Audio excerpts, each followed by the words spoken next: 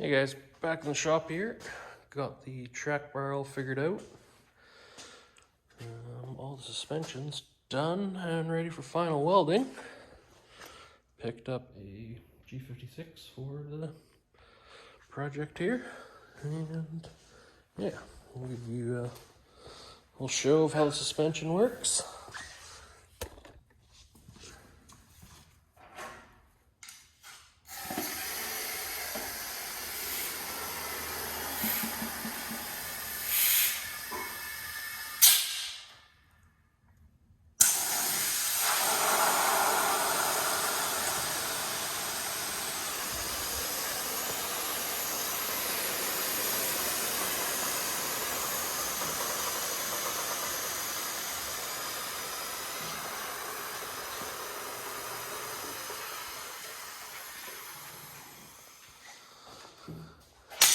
Everything seems to clear well. And just hope to have it welded up this week, and then the frame's off for sandblast and paint.